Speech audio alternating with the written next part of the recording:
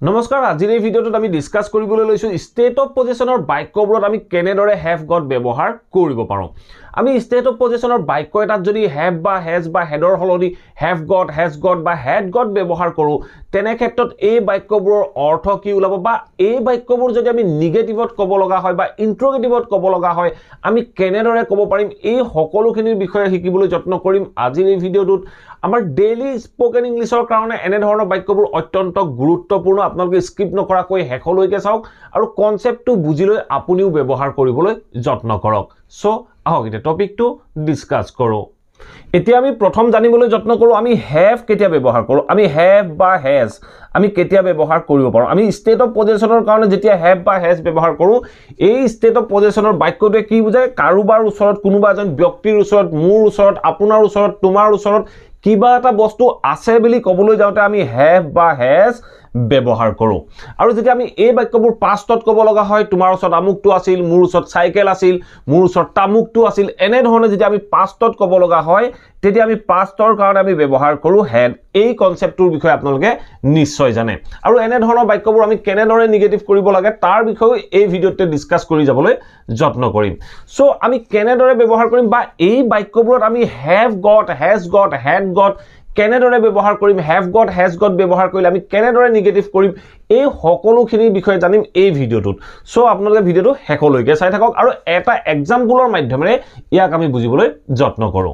এতিয়া আপোনালোকে স্ক্ৰিনত এটা বাক্য দেখিবলৈ পাইছে বাক্যটো কি লিখা আছে আই হ্যাভ এ পেন এইটো ধৰক মোৰ কলম মই কৈছো যে মোৰ ওচৰত এটা কলম আছে আই হ্যাভ এ পেন মোৰ এটা কলম আছে বুলি কলো এই বাক্যটো চাওক আই হ্যাভ এ পেন মই প্ৰেজেন্টত কৈছো মোৰ এটা কলম আছে মই যদি তাইৰ এটা কলম আছে বুলি কওঁ তেতিয়া মই কি কম এই আইটো তাত সি কৰিম সি এই হ্যাভ টুৰ ঠাইত থাৰ্ড পাৰসন সিঙ্গুলাৰ নাম্বাৰ সি টু হোৱাৰ কাৰণে আমি ব্যৱহাৰ কৰিম has she has a pen so এনে ধৰণে কম সি হ্যাজ এ পেন তাইৰ এটা PAN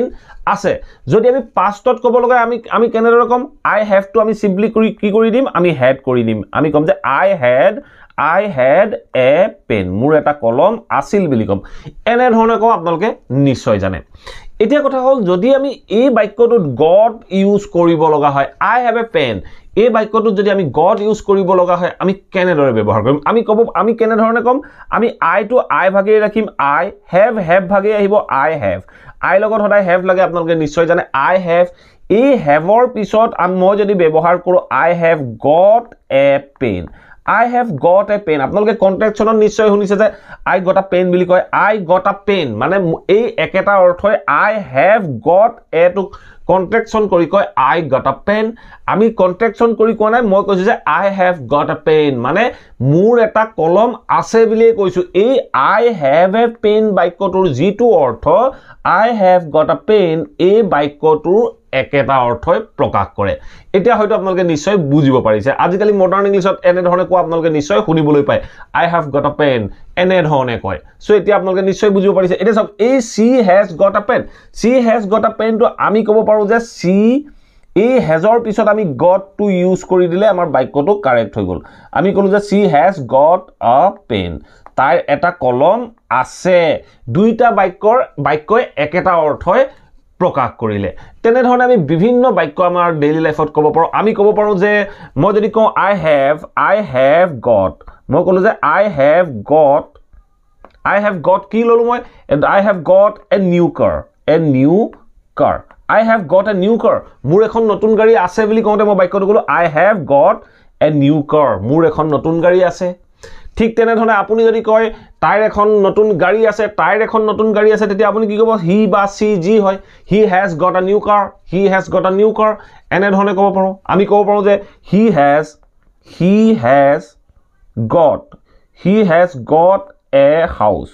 has got a house তাৰ এটা ঘৰ আছে ক'ত আছে he has got a house in Delhi তাৰ দিল্লীত এটা ঘৰ আছে এনে ধৰণে আমি আমাৰ ডেইলি লাইফৰ বাক্যখিনি ক'ব পাৰো মডাৰ্ন ইংলিছত যদি ক'বলৈ যায় আপোনালোকে এনে ধৰণে বাক্যখিনি ক'ব লাগিব আপোনালোকে ক'ব লাগিব যে he has got a house in Delhi বা ঠিক তেনে ধৰণে I have got a house in Mumbai বা I have got a new car মানে মই এখন নতুন গাড়ী কিনিলো বা মোৰ ওচৰত এখন নতুন গাড়ী আছে এই অৰ্থটো প্ৰকাশ কৰিছে আপুনি কিনিলেহে আপোনাৰ ওচৰত এখন নতুন গাড়ী থাকিব তেতিয়া আপোনালোকে এনে ধৰণে বাক্যখিনি ক'ব পাৰে এতিয়া চাও এই বাক্যখিনি আমি নিগেটিভ বা ইন্ট্ৰোগেটিভ কৰিবলৈ যাওঁতে আমি কেনেদৰে নিগেটিভ বা ইন্ট্ৰোগেটিভ কৰিব পাৰো এতিয়া আপোনালোকে স্ক্ৰিনত এটা ইন্টাৰোগেটিভ সেন্টেন্স দেখিবলৈ পাইছে সো বাক্যটো কি কৈছে সক do you have a minute মানে আপোনাৰ 1 মিনিট সময় আছে নেকি এনে ধৰণে কোনটা আমি বাক্যটো কম যে do you have a minute আপুনি ধৰক কৈছে আই হ্যাভ এ কাৰ মোৰ এখন গাড়ী আছে এই বাক্যটো যেতিয়া আপুনি ইন্টাৰোগেটিভ কৰিব তেতিয়া আপুনি বা নেগেটিভ কৰিব তেতিয়া আপুনি ডু ডিড ডাজ টেন্স অনুসৰি ডু ডিড ডাজৰ হেল্প লৈ আমি ইন্টাৰোগেটিভ বা নেগেটিভ কৰিব লগা হয় গতিকে আমি কৈছো যে do you have a car তোমাৰ এখন গাড়ী আছে নে বা do you have a minute তোমাৰ 1 মিনিট আছে নে ধৰক আপুনি কৈছে যে মোৰ সময় নাই বুলি কওঁতে আপুনি এনে ধৰণে উত্তৰ দিব নেগেটিভত নো আই ব্যৱহাৰ কৰি আই হ্যাভ নো টাইমও ক'ব পাৰে বা আপুনি ক'ব পাৰে I don't কি সময় নাই বুলি ক'ব ন তেতিয়া আপুনি ক'ব লাগিব I don't have time no I don't have time মোৰ সময় নাই এনে ধৰণে ক'বলৈ যাম আমি ক'লো no I don't have time নাই মোৰ সময় নাই এতিয়া সক এই বাক্যটো আমি প্ৰথম বাক্যটো চালো ইন্টাৰোগেটিভত সেকেন্ড বাক্যটো চালো নেগেটিভত আমি এনসাৰ দিছো যে I don't have time যদি আমি পাষ্টত প্ৰশ্ন কৰিব লগা হয় এই বাক্যটো আমি তেতিয়া ডুৰ ঠাইত আমি ডিড ব্যৱহাৰ কৰিম did you have a minute তোমাৰ 1 মিনিট সময় আছিল নে নো I didn't have time নাই মোৰ সময় নাছিল এনে ধৰণে আমি নেগেটিভত উত্তৰ দিম যদি সাবজেক্টটো থাৰ্ড পাৰসন সিঙ্গুলাৰ নাম্বাৰ হয় তেতিয়া আমি কম যে does he have a minute তাৰ 1 মিনিট সময় আছিল নে বা আছে নে does he have a minute তাৰ 1 মিনিট সময় আছে নে নো হি ডাজন্ট হ্যাভ টাইম নাই তাৰ সময় নাই আমি সাবজেক্ট আৰু টেন্স অনুসৰি ডু ডিড ডাজ আমি আমাৰ ইচ্ছা অনুসৰি চেঞ্জ কৰিব পাৰো আমাক যেটো টেন্সত দৰকাৰ হয় সেই টেন্সত আমি ব্যৱহাৰ কৰিব পাৰো এতিয়া সক আমি যদি এই বাক্যটো লওঁ এই বাক্যটো যদি মই এনে ধৰণে কওঁ ধৰক I have কলো I have মানে মোৰ আছে I have কি আছে 1 মিনিট আছে I have a minute মোৰ 1 মিনিট আছে এনে ধৰণে কলো আমি ধৰক মই কলো যে I have a minute মোৰ 1 মিনিট সময় আছে বা এই বাক্যটো আমি এনে ধৰণে ক'ব পাৰো I have got a minute মোৰ 1 মিনিট সময় আছে দুইটা বাক্য একে অৰ্থ প্ৰকাশ কৰিলে এতিয়া সক এই বাক্যটো যদি আমি ইন্টাৰোগেটিভ বা নেগেটিভ কৰিবলৈ যাওঁ তেনে ক্ষেত্ৰত আমি কি কৰিব লাগিব ইয়াৰ আগৰ বাক্য কেইটাত আমি কোনো হেল্পিং ভাৰ্ব পোৱা নাছিল হ্যাভ টু এজ এ পজিশনৰ কাৰণে মেইন ভাৰ্ব হিচাপে কাম কৰি আছিল গতিকে আমি টেন্স অনুসৰি ডু ডিড ডাজ ইউজ কৰি আমি বাক্যটো ইন্টাৰোগেটিভ বা নেগেটিভ কৰিম এতিয়া সক এই বাক্যটোত এই have to as a helping verb হিচাপে ব্যৱহাৰ হৈ আছে যেতিয়া হেল্পিং ভাৰ্ব হিচাপে হ্যাভ টু ব্যৱহাৰ হৈ থাকিব তেনে ক্ষেত্ৰত আমি কি কৰিব লাগে সদায় হেল্পিং ভাৰ্ব বা বি ভাৰ্ব যেটো থাকে সেই বি ভাৰ্ব হেল্পিং ভাৰ্বটো বাক্যটোৰ আৰম্ভণিলৈ কোৱেশ্চন কৰিবৰ বাবে নিব লাগে তেতিয়া আমি এই হ্যাভ টু বাক্যটোৰ আগলৈ আনিম তেতিয়া আমি কম হ্যাভ আমি নিজকে কেতিয়াও প্ৰশ্ন নকৰো তেতিয়া আমি কম হ্যাভ ইউ গট কি আছে এ মিনিট আছে বা হ্যাভ ইউ গট টাইম আপোনালোকে যি কয় তাৰ বিষয়ে ক'ব পাৰে have you got a minute তোমাৰ 1 মিনিট সময় আছে নে এনে ধৰণে আমি বাক্যখিনি ক'ব পাৰো have you got a minute তোমাৰ 1 মিনিট সময় আছে নে বা হ্যাভ ইউ গট এ